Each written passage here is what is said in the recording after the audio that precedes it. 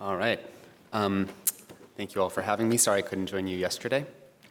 So what I wanted to talk to you about today is a diagnosis of something that's going wrong in the sort of 2019 state of awareness, what is happening with technology and society, and what is a solutions agenda that will actually tackle the surface area of the harm. So I work almost as an activist in terms of actually changing how technology and the industry works. We work with shareholder activists, the top 50 shareholders of these major companies, policymakers, designers, technologists, internal advocates, the whole system to try to catalyze systems change. And one of the things that we've learned is when you are trying to change a system, you need to define the problem with language that captures the full surface area of harm. Because if we call this screen time, or we call this addiction, or we call this bad AI, or Cambridge Analytica or polarization, we're not building a sufficient enough lever that when you pull that lever on the surface area on the other side, we're not lifting up enough of the issues. And because the issues are so urgent, what I want to talk to you about today is an agenda that ideally will capture that lever by providing a common diagnosis. So I'll go into that. So a new agenda for tech. E.O. Wilson, father of sociobiology, said and summed it up perfectly for my mind. The fundamental problem of humanity is that we have Paleolithic emotions, medieval institutions, and godlike tech. We're chimpanzees with nukes. And we're governed by 18th century ideas and 18th century institutions. And what I want to focus your attention on today are these Paleolithic emotions, which are already insufficient. But what I'm going to talk about is how those Paleolithic emotions are getting hacked. Because if this is technological progress humming along, everyone in the media and in the industry is seemingly concerned with the point at which technology overwhelms human strengths. When does it break through our IQ? When is it smarter than us? That's when it takes our jobs. Let's just talk about this point. But there's a much earlier point when technology overwhelms human weaknesses. And I want to argue today that much of what is going wrong with technology has to do with it crossing this point. So, because while we've been upgrading the machines by harvesting our attention, we've been downgrading our humanity. So you have to be careful what you wish for, because we gave these machines that we live in a mission. We said, well, let's just give people what they want. Let's just maximize screen time. Let's just give people everything that their heart desires. And this is very similar to the, not the Orwellian dystopia, but the Huxleyan dystopia, where people are controlled and there's tyranny not by restricting or censoring access to information, but actually by giving them so much that they can't tell truth from falsehood. By giving people so much, we now live in a world where we self-interrupt every 40 seconds. And this attention economy has domesticated human beings to be the kind of human being that is best for the attention economy. So just in the same way that we take a cow and we make it as extractable for its milk and its meat, we've taken humans and we made ourselves as extractable as possible for our attention. Because attention, again, is the finite resource that we're going to be managing, and this has led to a connected system of harms that we call human downgrading. That as you suck attention out of people, you are going to increase in, interruptions, conspiracy theories, social isolation, polarization, decreasing trust, nuance, complex thought. And we need a name for this complex system of harms that's showing up, which is much like climate change. Because this is downgrading our attention spans, downgrading our relationships, downgrading civility, downgrading decency, everything downgrading humans. So we're proposing that we need a name for this problem, which we call human downgrading, to capture the connected system of harms, because otherwise, if we're solving one of them, we'll be here for 20 years and it will overrule our humanity.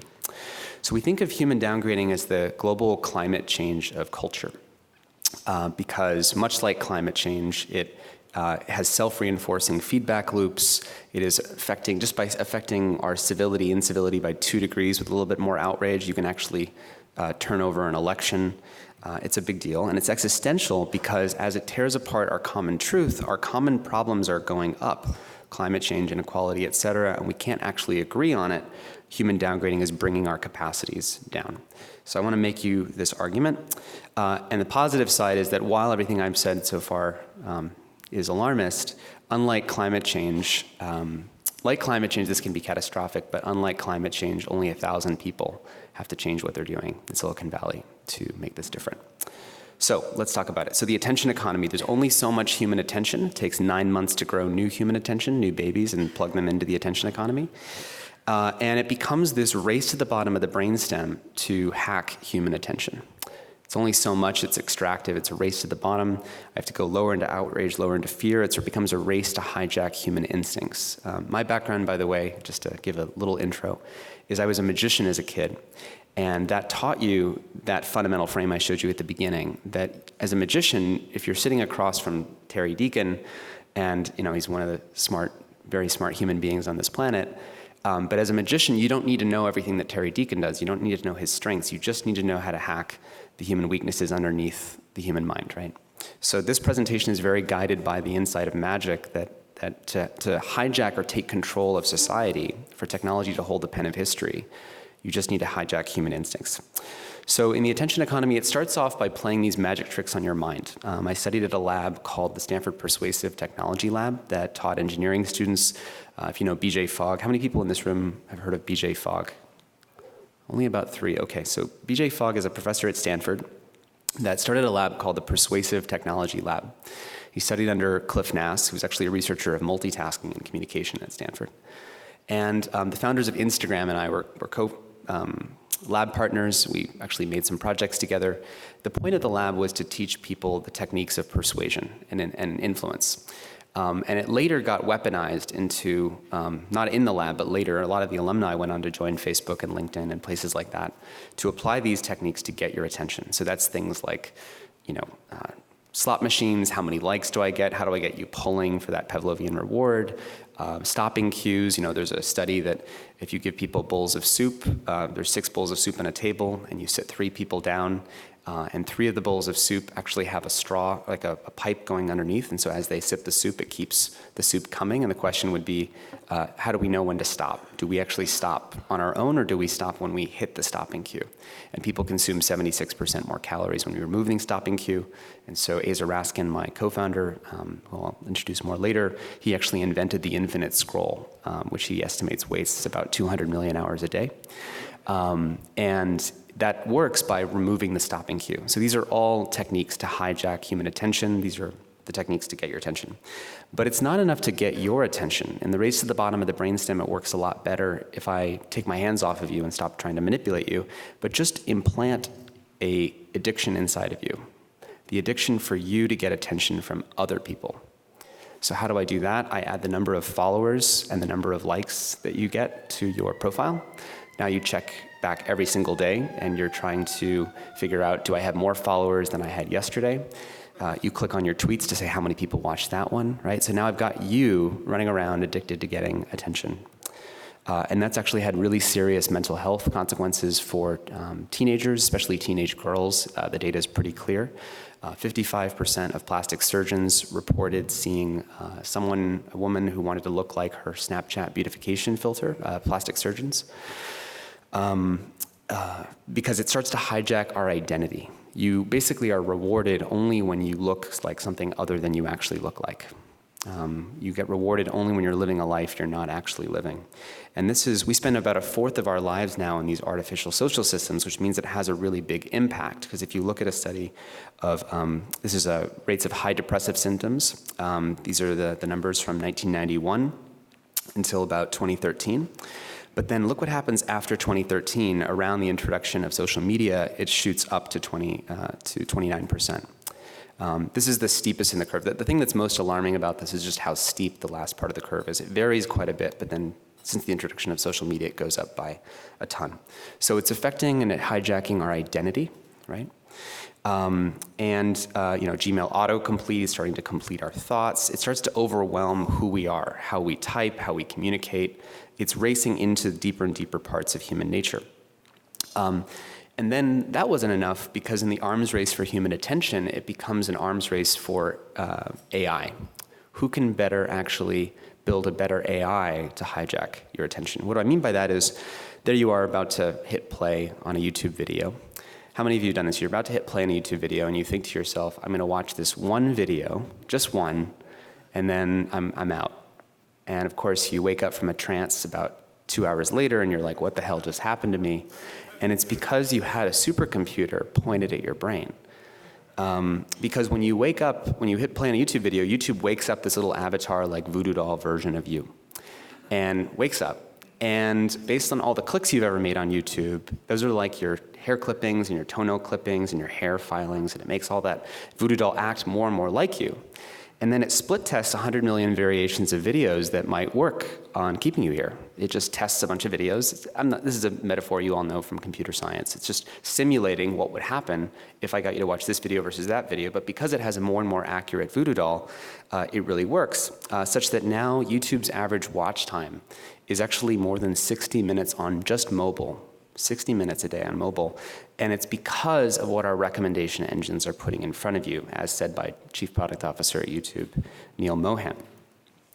And so this works so well now that there's over 1 billion hours watched daily on YouTube, and 70% of the traffic comes from recommendations. 70%. This is critical because if you think about so there's more than 2 billion people who use YouTube. That's more than the size of Christianity in terms of psychological influence, more than the number of followers of Christianity, are jacked in for 60 minutes, and 70% of what people are watching is determined by a machine. Okay, so just because it's playing chess against our brain, if you want a metaphor for this, I think I got the slide there. Yeah, there's Garry Kasparov. It's like Garry Kasparov playing chess against our brains, right? So when we play chess against Garry Kasparov, why do we lose? Because he's simulating, more moves ahead on the chessboard, right? You're thinking if I do this, he'll do this, but then he's just doing way more versions of that, so he's gonna beat you. But when he loses chess against the best computer in the world, and the computer can out-simulate Gary's mind, it wasn't just that Garry lost chess in that moment, that's all of humanity losing chess for all time, because he was the best human chess player humanity had. At that point, technology is just smarter. And so there we are with YouTube, and we have a supercomputer pointed at our brain, and it's now past the point where it can simulate what will keep us on the screen. So that's a critical thing to recognize, again, not because it's hacking our strength, but because it's hacking our weakness. It's almost like a civilizational transition. You can think of it as a phase shift. But just because it's now recommending stuff to us and it's controlling what we watch doesn't necessarily mean that this is like some kind of apocalypse or it's like the world is ending. It just means that it's taking control. It could take control in a good way, but let's actually look at what it's doing. So here is a set of the most recommended keywords on YouTube, the top recommended keywords, once it takes control. So what do you think are the top recommended words that show up across YouTube? In the race to the bottom of the brainstem, you can guess. So gets schooled, shreds, debunks, dismantles, debates, rips, confronts, destroys, hates, demolishes, obliterates. So this is the background radiation of polarization and outrage that is actually, seeping into people's thoughts on a daily basis. This is only from 2 weeks ago. So whatever YouTube has done to try to deal with these problems, which there's been a lot of criticism of YouTube and they've been trying to solve the issue, this data is from 2 weeks ago and it's still that problem. And it's such that there's now this point where if you imagine a spectrum on YouTube, on the left, or let's see here, on this side, you have the calm side of YouTube. Imagine the Walter Cronkite, David Attenborough side of YouTube. Let's call it calm. And on the other side of YouTube, let's call it crazy town. You have UFOs, conspiracy theories, etc. Now imagine you'd airdrop a human being, right? Let's just call this the regenerative section and the extractive section. And imagine you airdrop a human being anywhere from the calm section to the crazy section, but if I'm YouTube, which direction do I want to tilt you?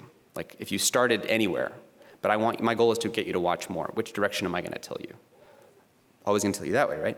So YouTube tilts the entire playing field of 2 billion people in that direction. 3 examples of that, 3 examples of that: if you started a teen girl on a dieting video, it would recommend anorexia videos. Again, because it wakes up the voodoo doll of the teen girl, simulates, well, what do women demographic of 14 to 18 tend to watch if you start on this dieting video? And all it knows, it doesn't want this to happen, just knows that that tends to keep people's attention. If you started someone on a moon landing video, it'll recommend flat Earth. If you started someone on 9/11 news videos, it recommends 9/11 conspiracy theories. And it gets crazier and crazier and crazier. 50% of white nationalists actually said that it was YouTube, in a Bellingcat study, said it was YouTube that had red-pilled them down this sort of rabbit hole. So I just want you to understand that it's starting to shape what we believe once it takes control. So let's take a look at an example of this. What percentage of YouTube's results, or results across different networks, these search systems, recommended the flat Earth theory, the theory that the Earth actually is flat, and there's this huge conspiracy theory. So if you looked at Google search, it was about 20% of search results. This is taken from the top 2 pages, so the first 20 results. What percentage of those results were in favor of flat Earth? 20%. If you looked at YouTube search, it was 35% of results. But if you looked at YouTube recommendations, so if you just click through the trees and you kind of keep clicking through and saying, how often is it recommending, how many of those results? And it was 90% of the recommendations. Now, this might seem really innocuous, like, well, this is just promoting crap into people's brains, like, what's the big deal here? Well, Kyrie Irving, the famous basketball player, saying he's sorry that in an interview he's saying for saying the Earth is flat, he blamed it on a YouTube rabbit hole. And when he later sort of apologized for this, and some people really said, no, you can't say that, you're a celebrity, kids look up to you. There was an NPR interview where the kids believed that the round earthers had now gotten to him. And I'm telling you this because it's a critical point that the best predictor whether someone believes in conspiracy theories is whether you get someone to believe in one conspiracy. Because that starts to get people to question and be skeptical and doubt. It's called agnotology, where you get people to doubt. You seed doubt in people's minds. It's part of the Russian playbook as well. So the point is, once you get people going into this conspiracy theory thought, it's very hard to pull them back from it. That's what's so critical about this. So you have something that's the size of 2 billion people, the size of Christianity, and this is the intrinsic bias, the background radiation that's pulling in at 2-degree tilt. But this also wasn't true just with YouTube, it was true with Facebook. So if you remember in 2017, Mark Zuckerberg changed the mission statement of Facebook. Instead of making the world more open and connected, which is what it used to be, he said our new mission is to bring the world closer together. Closer together. And the way we're going to do that, he thought, is we're going to put people into Facebook groups. Groups are the best way to bring the world closer together. And so he said, we built this AI, we built this artificial intelligence to suggest groups for people to join, right? To start getting people to join more groups. And he says it works. In the first 6 months, we helped 50% more people join meaningful communities. So what this means is he told his product manager, hey, go build a voodoo doll simulator of recommended groups, and if test which groups would get people to stay longer, right? Okay, so there we are, and let's say you have a new mom. This is a study from Renee DiResta, who's studied some stuff I'll tell you in a second. You get a new mom, and she joins a mom support group. This is actually one of the really useful uses of Facebook. You can trade ideas, advice, clothes with other parents. But if you were a new mom and it wakes up a voodoo doll of the category of moms, and you're trying to say, well, what group, if I simulate all these groups I could get you to join, what groups would tend to keep you here the longest, tend to keep you coming back a lot? Do you have any guesses? So the anti-vaccine conspiracy theory groups, because they work really well at getting mothers' attention. And now, as you know, anti-vaccines are a top 10 global health threat. Someone just sent me an article today that Russia had also been proven to be seeding anti-vaccine propaganda on Twitter. And so, YouTube and Facebook, you've probably heard, they hired these 10,000 content moderators, right? They've hired all these content moderators and fact-checking organizations to solve the problem. But if you think about it in this tilt, if you're a boulder catcher, imagine you hired 10,000 content moderators to catch the boulders, you've still tilted the entire landscape. And there's actually a study by the people that they hire in Arizona or the Philippines to do this content moderation. And they watch these videos and this content all day long, and they actually leave believing all these conspiracy theories. And these are called, you can think of these as psychological sweatshops, that you're sort of outsourcing the psychology downstream. But you keep creating the problem, because it's not just conspiracy theories, it's also child pedophilia and disturbing videos and live videos of suicide, all this dark stuff that we're trying to filter out. And they can't just hire content moderators to fix it, especially when you consider how many people at YouTube or Facebook speak the languages of the countries that they're working with. So how many engineers at YouTube or Facebook speak Burmese, where there's an ethnic genocide happening with the Rohingya Muslim minority group?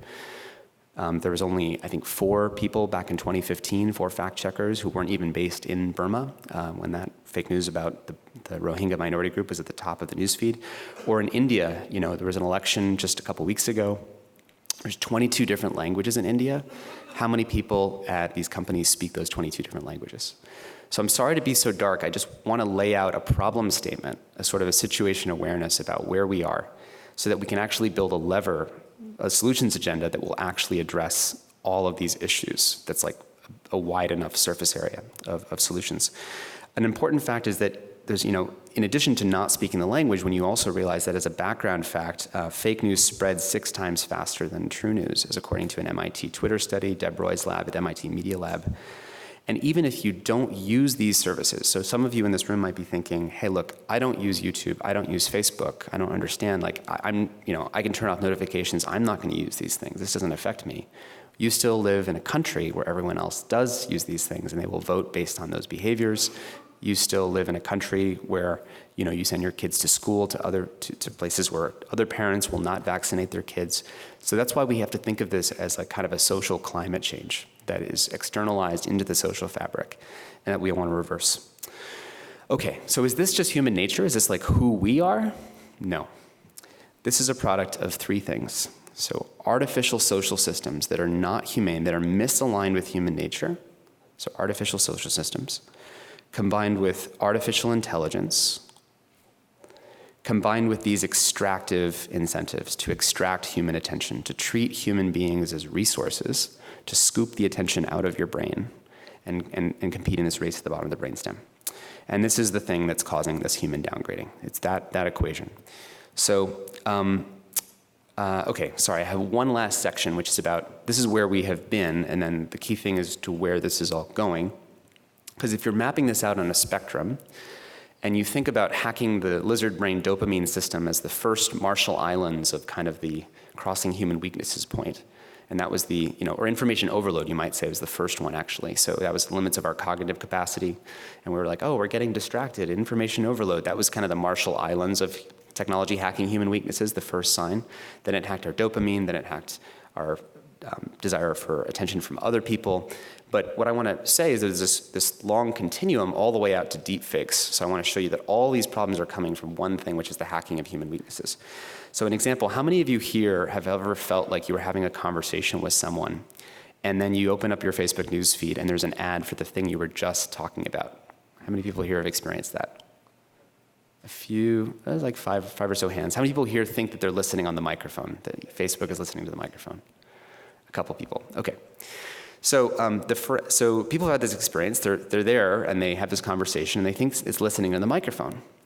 But it turns out that the forensics show that they're not listening on the microphone. They can't be, at least on an iPhone. And yet so many people believe this is true. And the point is that they don't have to listen on the microphone because we are so predictable. They just have to wake up your voodoo doll and actually test and simulate what conversations you're likely to have, and it can predict perfectly the thing that it thinks that you're having a conversation about.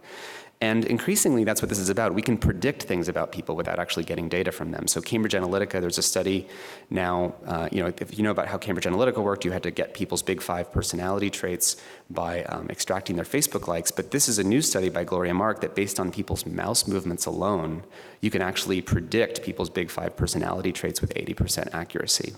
One of them you can predict with 80% accuracy.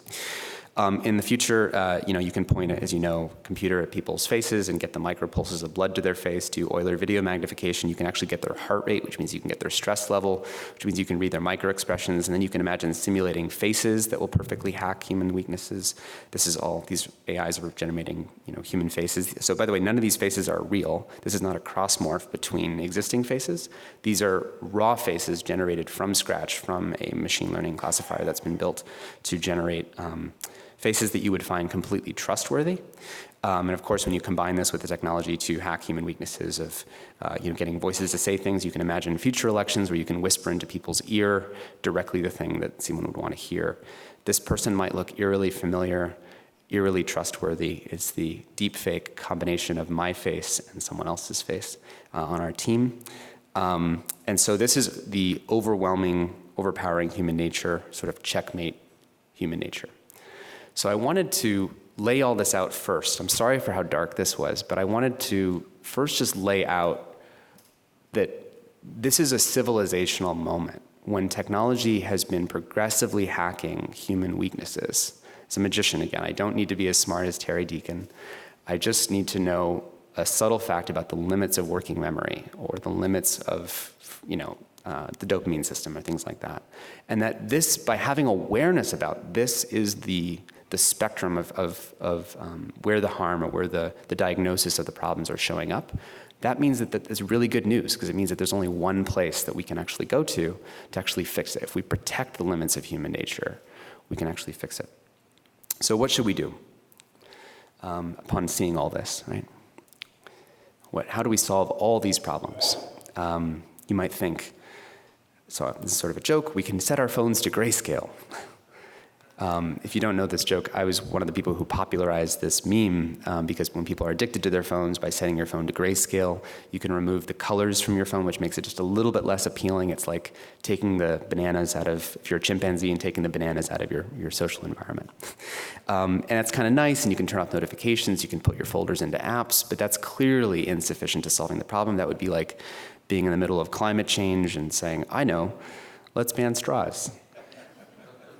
This is just not sufficient to solving the problem. Okay, so we're trying to come up with solutions. So where are we gonna get our solutions from? What are we gonna do? Well, what if we train the engineers in ethics? We could just train them, teach them Jeremy Bentham and Kant and, teach them the difference between consequentialism and deontological ethics. This is very popular, like we have to teach the engineers ethics.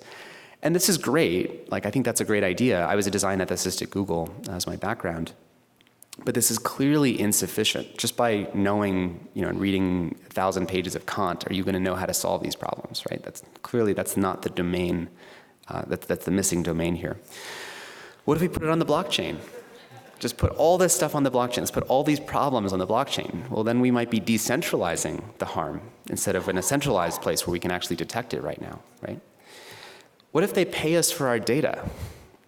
So, Jared Lanier and I are friends, and I 100% support the idea that as we are the laborers for the data AI economy, they should be paying us for our data. But we don't want a world where we created this digital Frankenstein that's wrecking the world, but every now and then it hands us 50 cents to pay us for some of our data. We want to make sure that the thing we created is not a digital Frankenstein, that's not wrecking the world. Okay, what if they protect our data, like privacy? That's nice. I mean, privacy is important. We should celebrate the wins that we've been making. The California privacy law that just got passed. That's, those kinds of things can help set an upper bound or limit on the kind of voodoo doll that you can create of a person. So that's a helpful thing. It's like, how much are you allowed to predict about a person? But that's insufficient to the problems that we've just laid out of conspiracy theories, polarization, outrage, et cetera. What if we just wait for more research, like 10 more years? Let's fund an NIH study to see where this goes. It's like, no, we don't have enough time for that. And so like climate change, we're in this awkward position where we actually have been really sophisticated about technology. There's no question that this place in Silicon Valley has done an amazing job on building super advanced tech. But the missing piece that we've had, the thing we've not been sophisticated about, is we need to get sophisticated about human nature. And I mean sophisticated about human nature in a deep way, like the magician's eye view of a human being, the cult's group social engineering view of a human nature, the Scientologist view of a human being. How can human nature get manipulated? Because that's the domain that will get us the solutions and the answers that we haven't had. And I think other people are going to be talking about this, obviously today at the conference. So when we say sophisticated about human nature, that means starting at the basics. Like, how does our physiology work?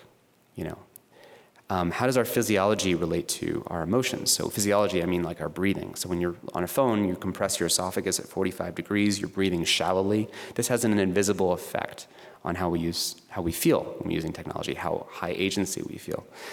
That affects our emotions, because you feel different emotions when you're breathing very shallowly. That can affect our attention and cognition and our memory, and our sense-making and our choice-making. And then you can actually zoom up and say, okay, how do we work at a social level? What is our social reasoning? What is our group dynamics? And what is the social environment? So we are saying that we don't have all the answers, but we believe that this is the domain of understanding that we need to build a rich research solutions corpus out of. This is the domain we need to be looking.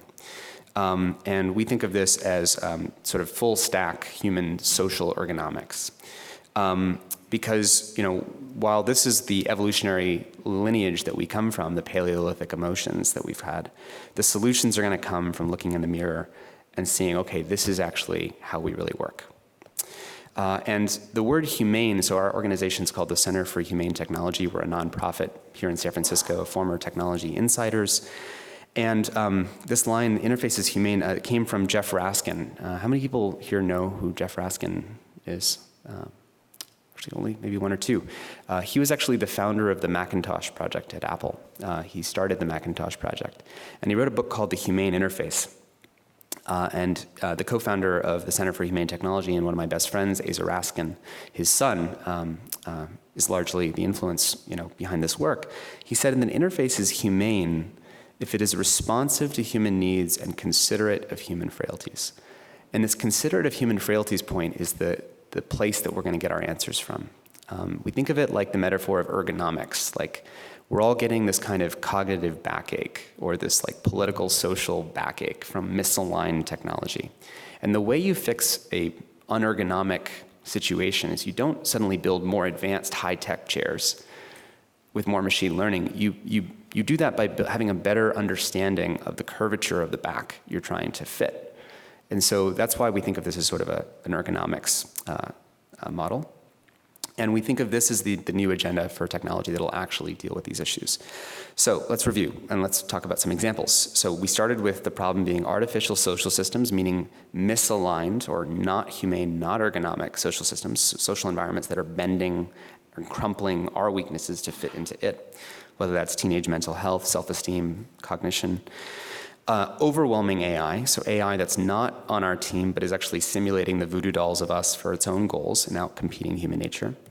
And then extractive incentives, so treating our attention, treating us as resources to hollow out for attention.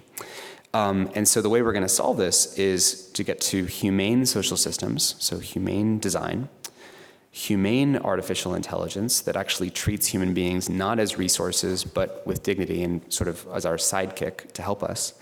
And then regenerative or humane incentives. So instead of treating our attention as the coupled resource with profit, so the stock prices of Facebook and YouTube are directly coupled with how much attention they scoop out of us.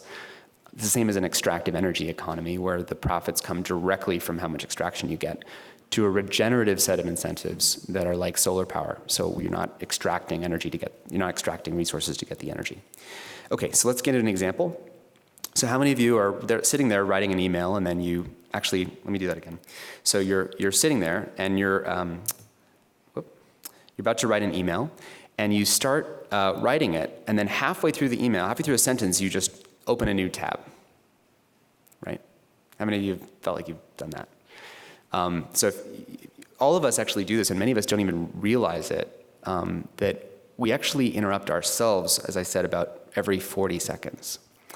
So if you think about solving this problem, like as an example of one of the problems, the simplest case, like sort of zooming in microscopically, how do we solve this problem?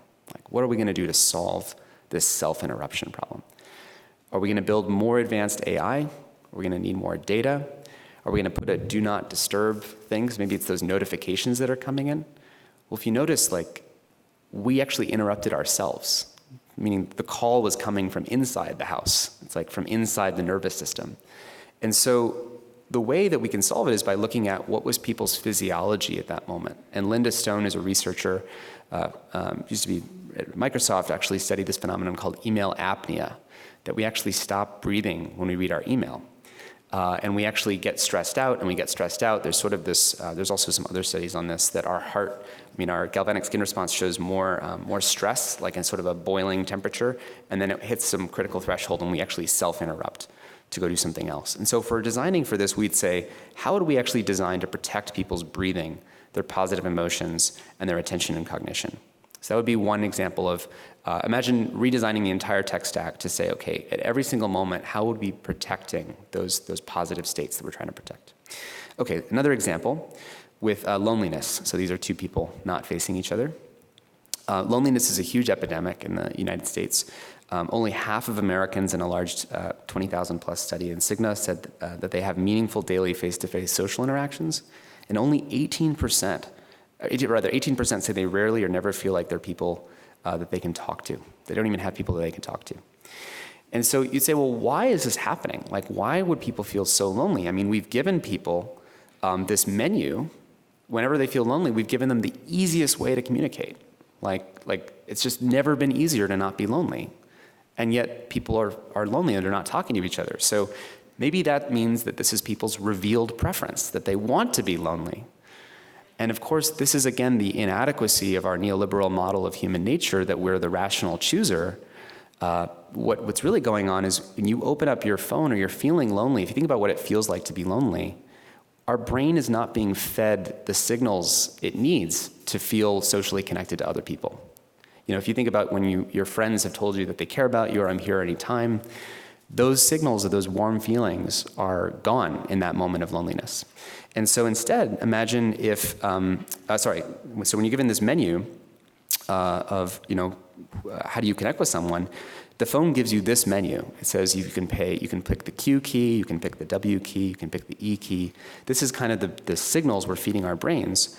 But a more humane menu might be to say, here are the people in your life that love you, and in the same way you can set wallpaper. You could set, imagine when your friends text you like a loving message, you could set that as your love paper or something like that for each contact. And so you would actually see this person's loving message to you when it knows that you're lonely. So imagine like you'd open up a new, when you're scrolling on Facebook, actually they can detect if you're lonely and they could show you these people that are available to talk or to call or something like that.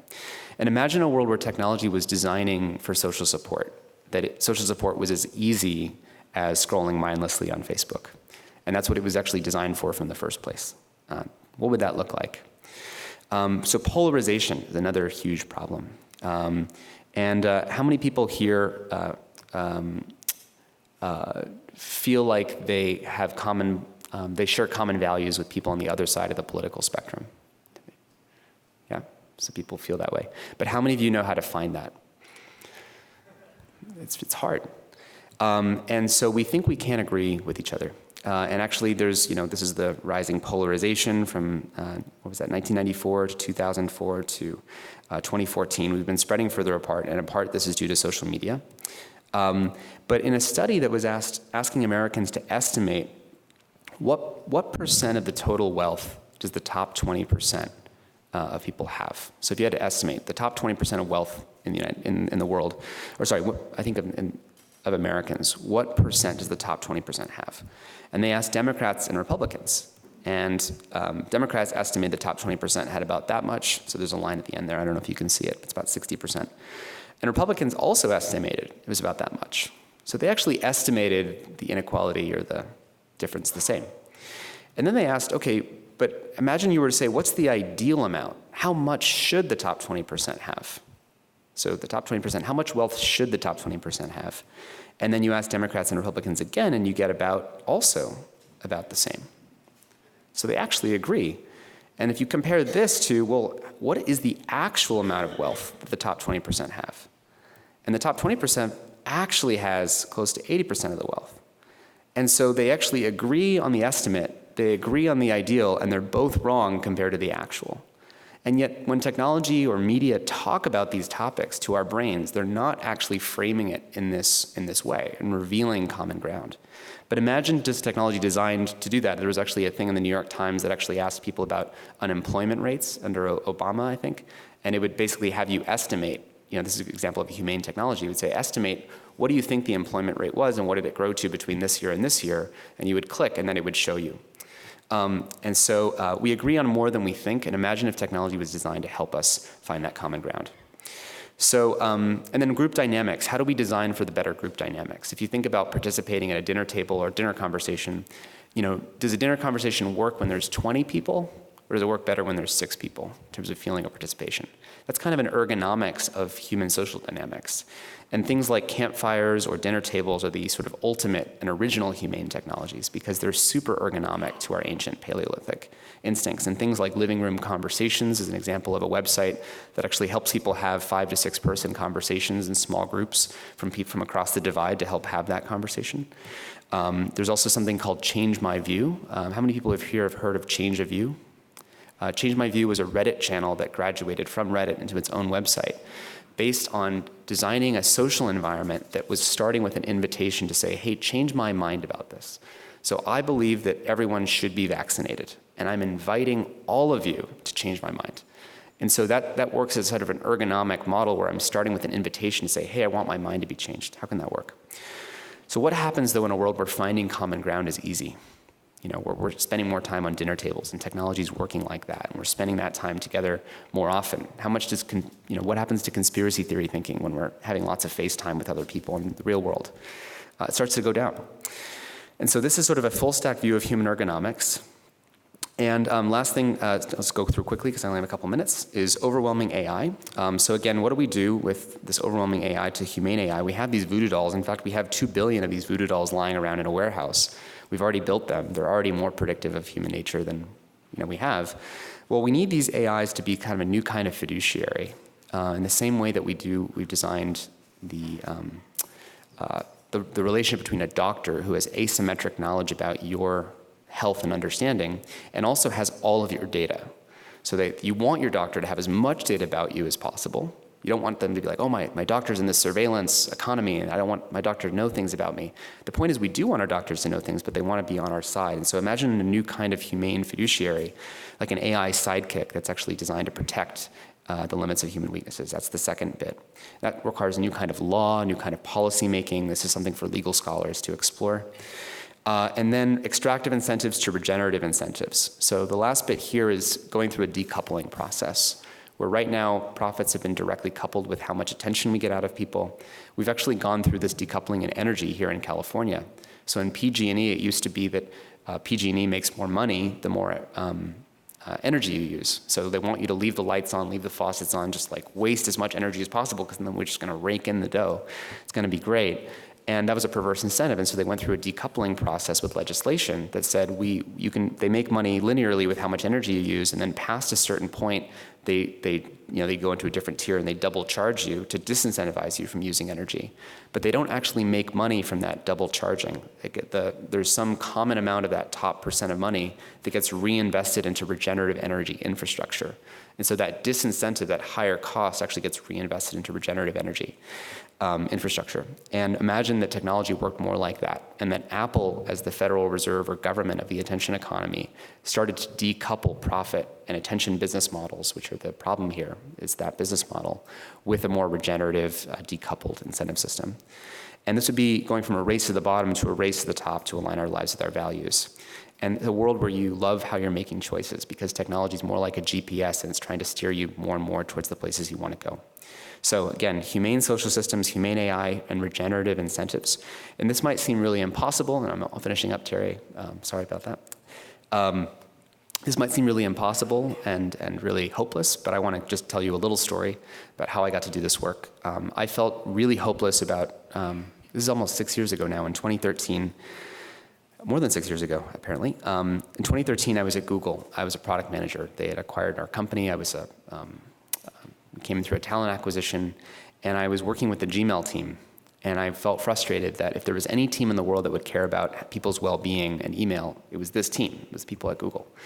And I didn't hear that conversation happening at Google. That's what caused me to do this work. And I made this presentation called A Call to Minimize Distraction and Respect Users' Attention. And it spread virally throughout Google. Thousands of people saw it. I sent it to 10 people for feedback. I went to work the next day. There was 400 simultaneous viewers in the presentation. I knew it had started spreading virally. And for years, nothing happened. Like I felt like this wasn't going to go anywhere. I started spotting these problems with the attention economy. I was like, this is ridiculous. There's this huge problem. Nothing is happening. And nothing happened for 2 years, and then I left, and I watched how the power of language started to create change. So I made a TED Talk called Time Well Spent in December 2015. There was a 60 Minutes episode on the attention economy in April 2017, Raising Awareness with Anderson Cooper. And then I watched how language, the power of shared language, time well spent, the attention economy, hijacking our minds, a race to the bottom of the brainstem, would actually create shared awareness in product meetings. And then people started speaking out. Roger McNamee, who wrote the book Zucked, spoke out, said there's a new book called Zucked, saying we have a problem with how Facebook's designed. Sandy Parakilas, Jaron Lanier, Justin Rosenstein, the inventor of the like button, Renee DiResta, who studied the Russian propaganda, Guillaume Chaslow, a Berkeley-based YouTube engineer who built the recommendation system and said there's a problem here, Zeynep Tufekci, Eli Pariser, who wrote the filter bubble, and recently, just 2 weeks ago, Chris Hughes, the co-founder of Facebook, saying we need to break up Facebook. And as people started to speak out and to actually play their role in talking about this problem, here's a Common Sense Media report from a year ago saying that 72% of teens think they're being manipulated. The Verge said that the time well spent debate is over. About a year ago, he said the time well spent debate is over because time well spent won. Why did they say that? Because Mark Zuckerberg said that our new mission for 2018 is making sure the time people spend on Facebook is time well spent. This is exactly a year ago. And exactly a year ago, also Apple, on this day at WWDC, which is happening today, released screen time features to help people manage their time. Google launched screen time features on their phones. Grayscale on phones is actually standard. And there's now more than 1 billion phones that are shipping these time well spent features. So this tiny, tiny little change made it through and is now influencing over 1 billion smartphones without writing a single line of code, the power of language, shared understanding. And so, this is baby steps in the right direction, but now we've set off a race to the top for well-being. So there's now this race, all these companies, Apple, Google, and Facebook, are competing to help protect people's well-being. And right now what we need to do is upgrade the race to be sort of full stack humane, to actually be full stack protecting human weaknesses, to protect against these problems. And that would be, again, humane attention spans, humane relationships, humane civility, being humane to our creativity, being humane to shared truth, being humane to everything, being humane to humans. And that is what I'm hoping that you guys can be exploring. Going back to E.O. Wilson, this would be the equivalent of embracing our Paleolithic emotions, upgrading our medieval institutions, and giving ourselves the wisdom to wield godlike technology. So, thank you.